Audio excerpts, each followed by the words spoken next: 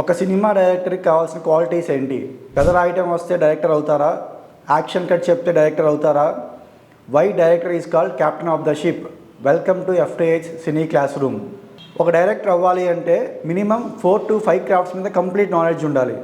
అంటే writing, screen play, cinematography, acting, editing ఇలాంటి crafts మీద కంప్లీట్ నాలెడ్జ్తో పాటు రిమైనింగ్ క్రాఫ్ట్స్ మీద అవగాహన ఉండాలి.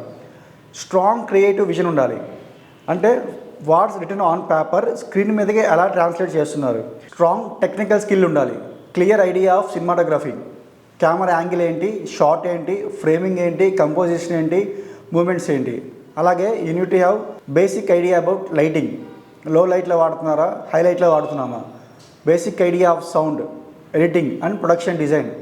లెన్సింగ్ గురించి ఐడియా ఉండాలి. ఏ లెన్స్లు వాడుతున్నాం, 50 వేస్తున్నావా, 80 వేస్తున్నావా, 35 వేస్తున్నావా, జూమ్ లెన్స్ వాడుతున్నావా. Clear understanding of emotion, drama ఏంటి, క్లియర్ పేసింగ్, క్లియర్ స్ట్రక్చర్ ఉండాలి, క్లియర్ విజువల్ స్టైల్ ఉండాలి. అలాగే leadership and communication is very important. క్లియర్గా కమ్యూనికేట్ చేయాలి విత్ కాస్ట్ అండ్ క్రూ. నీ మైండ్లో ఏముందో 100% వాళ్ళకి అర్థమయ్యేలాగా చెప్పాలి.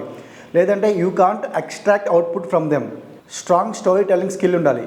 అలాగే మర్చిపోకుండా like, share, subscribe. Thank you.